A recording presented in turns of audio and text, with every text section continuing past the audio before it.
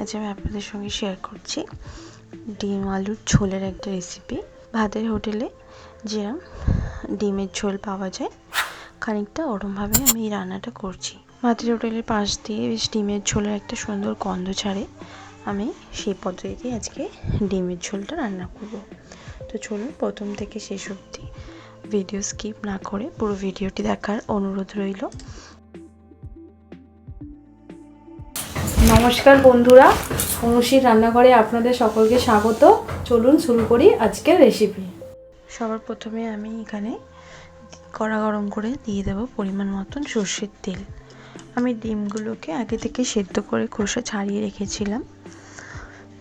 তেলের মধ্যে দিয়ে দিচ্ছি 1/4 চামচ নুন আর 1/4 চামচ হলুদ গুঁড়ো। নুন হলুদটা তেলের মধ্যে ভালো করে মিক্সড করে নেব।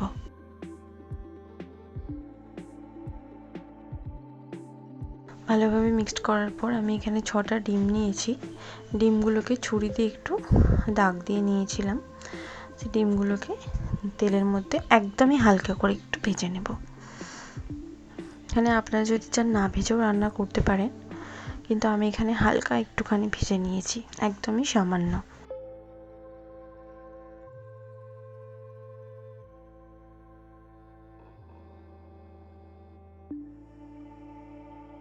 তো হালকা করে একটু ভেজে নিয়ে আমি ডিমগুলোকে তুলে নিচ্ছি।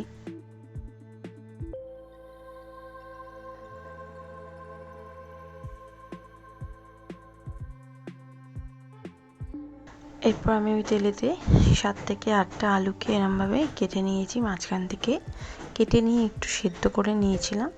পুরো সেদ্ধ করিনি, 50% মতন সেদ্ধ করে নিয়েছি। এবার আলুগুলোকে আমি তেলের মধ্যে ভেজে নেব।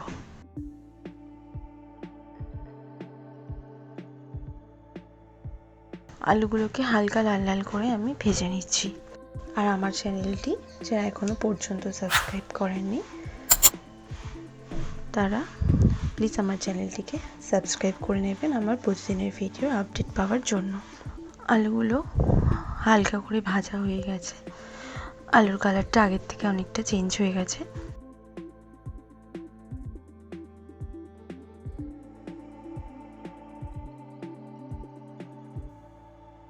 এরপর আমি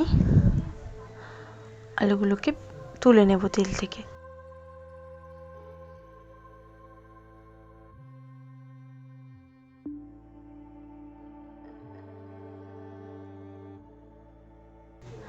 সামান্য একটুখানি তেল আমি তুলে রাখছি, নইলে তেলটা অনেকটাই বেশি হয়ে যাবে। এবার বাকি তেলে আমি ফোড়নে দিচ্ছি 2টো তেজপাতা, 2টো দারচিনির টুকরো, 4 থেকে 5টা লবঙ্গ আর 4টে ছোট এলাচ। এগুলো ফোড়নে দিয়ে ফোড়নটাকে একটু ভেজে নেব, যাতে করে গরম মশলা ফোড়নের একটা সুন্দর গন্ধ বেরোয়।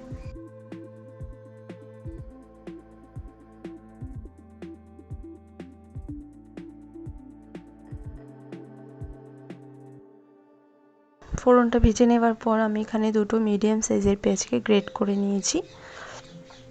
গ্রেট করা পেঁয়াজটা দিয়ে দিলাম। পেঁয়াজটাকে দিয়ে একটু ভেজে নেব। এখানে পেঁয়াজটা বাটা দেওয়া যাবে না, পেঁয়াজটাকে একটু গ্রেট করেই দিতে হবে।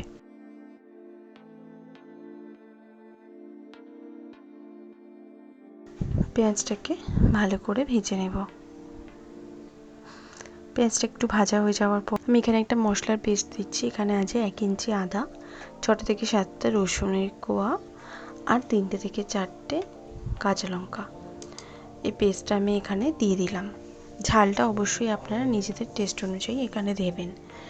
এই মশলাটাকে দিয়েও ভালো করে কষিয়ে নেব, যাতে আদা রসুনের কাঁচা গন্ধটা কেটে যায়। আদা রসুনটাকে দিয়েও ভালো করে আমি কষিয়ে নেব। গ্যাসের ফ্লেমটা মিডিয়ামে রেখে আমি কষাচ্ছি মশলাগুলোকে।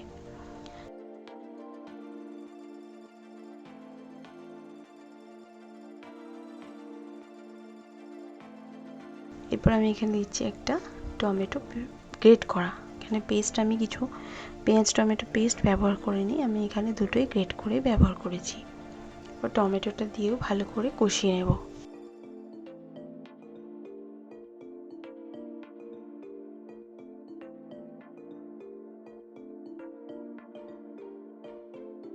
সব মশলা ভালো করে কষানো হয়ে যাওয়ার পর আমি এখানে কিছু গুঁড়ো মশলা দিচ্ছি। স্বাদ অনুযায়ী লবণ, হাফ চামচ পরিমাণে হলুদ গুঁড়ো,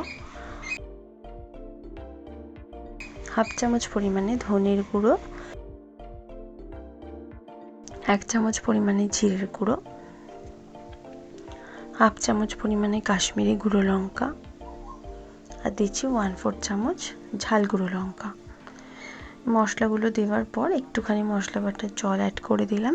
এরপর সব মশলাগুলোকে ভালো করে একটু কষিয়ে নেব। গুঁড়ো মশলা দেওয়ার পর আমি সবসময় একটু জল দিই যাতে মশলাগুলো না পুড়ে যায়। জল দিয়ে ভালো করে মশলাগুলোকে কষিয়ে নেব। মশলা যত ভালো কষানো হবে ডিমের ঝোলের টেস্টটাও তত ভালো হবে।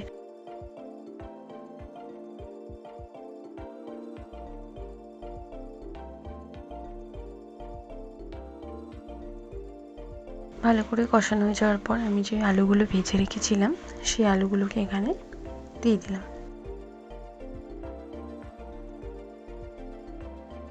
আলুগুলো দিয়েও মশলার সঙ্গে ভালো করে একটু কষিয়ে নেব।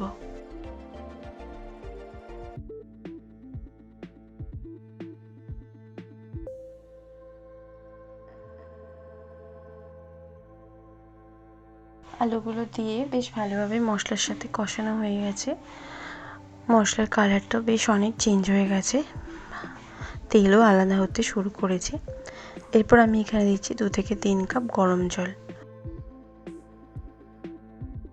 যেহেতু আমি এখানে ডিমের ঝোল রান্না করছি তাই জলটা একটু বেশি দিয়েছি, আর এখানে আমি গরম জল ব্যবহার করেছি। এরপর গ্রেভিটা ফুটে উঠেছে। এরপর আমি এখানে দিচ্ছি ভেজে রাখা ডিম।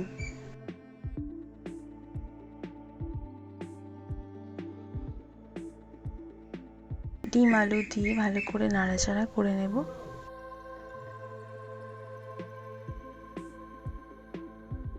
এরপর আমি গ্যাসের ফ্লেম লো করে 5 মিনিটের জন্য রান্নাটা হতে দেব। এতে করে আলুগুলো ভালোভাবে সেদ্ধ হয়ে যাবে। ফিরে এলাম 5 মিনিট পর, ঢাকাটা সরিয়ে নিয়েছি। ভালো করে নাড়াচাড়া করে নিচ্ছি। আলুগুলো যেহেতু আগে থেকে একটু সেদ্ধ করা ছিল তাই আরও তাড়াতাড়ি ভালোভাবে সেদ্ধ হয়ে বেশ নরম হয়ে গেছে।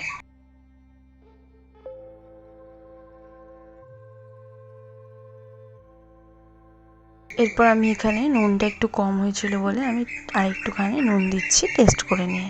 আরেকটুখানি আমি ফুটিয়ে নেব যাতে ঝোলটা বেশ ভালোভাবে কুক হয়, তো জলসা জলসা না লাগে খেতে। এরপর আমি এখানে দিয়ে দিলাম 2 থেকে 3 চামচ মতন কুচনো ধনেপাতা, আর সবশেষে দিলাম 1/4 চামচ গরম মশলার গুঁড়ো। এই দুটো জিনিস সব শেষে অবশ্যই দেবেন, তাহলে ডিমের ঝোলের একটা দারুণ সুন্দর গন্ধ বেরোবে, আর ডিমের ঝোলটা খেতেও অসাধারণ লাগবে। অলরেডি আমার ডিমের ঝোলটা থেকে দারুণ সুন্দর একটা গন্ধ বেরোতে শুরু করেছে। ডিমের ঝোলটা আমার পুরোপুরি তৈরি হয়ে গেছে। এবার আমি এটা সার্ভ করে নেব। গরম গরম ভাতের সঙ্গে অসাধারণ খেতে লাগবে। অবশ্যই আপনারা বাড়িতে এই রেসিপিটি ট্রাই করে দেখবেন এরমভাবে। আশা করছি ভালো লাগবে। ভালো লাগলে লাইক শেয়ার করতে ভুলবেন না। কমেন্ট বক্সে কমেন্ট করে জানাতে ভুলবেন না রেসিপিটি কেমন লাগলো। ভালো থাকবেন, সুস্থ থাকবেন। ধন্যবাদ।